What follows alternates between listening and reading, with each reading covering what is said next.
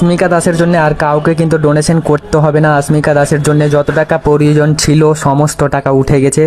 आपनारा किन्तु এই ভিডিওটা বেশি বেশি করে শেয়ার করুন, পশ্চিম বাংলার কোনা কোনাতে পৌঁছে দিন যে अस्मिकार সমস্ত টাকা উঠে গেছে। अस्मिका দাসের জন্য কিন্তু এবার ইনজেকশনটা কিছুদিনের মধ্যে অবশ্যই চলে আসবে। আর কেউ কিন্তু अस्मिकार নামে যদি ডোনেশন চাই তাহলে কিন্তু আপনারা আর কেউ কোথাও ডোনেশন দিবেন না। আর যিনারা अस्मिका দাসকে ডোনেশন দিয়েছেন তিনাদেরকে অসংখ্য অসংখ্য ধন্যবাদ জানাই। আর আপনাদের সবাইকে আমি খুবই মিস করব, আর আপনারা মিস করবেন তো আমাকে। আপনারা অনেক কেউ দেখেছেন সেই अस्मिका দাসের সেই নিউজ, কিন্তু অনেক কেউ দেখেছেন যে अस्मिका দাসের যত টাকা প্রয়োজন ছিল সমস্ত টাকা কিন্তু দেওয়া হয়েছে। একটা চ্যারিটি থেকে কিন্তু সেই চেক তুলে দিয়েছে এই দাদাদের হাতে।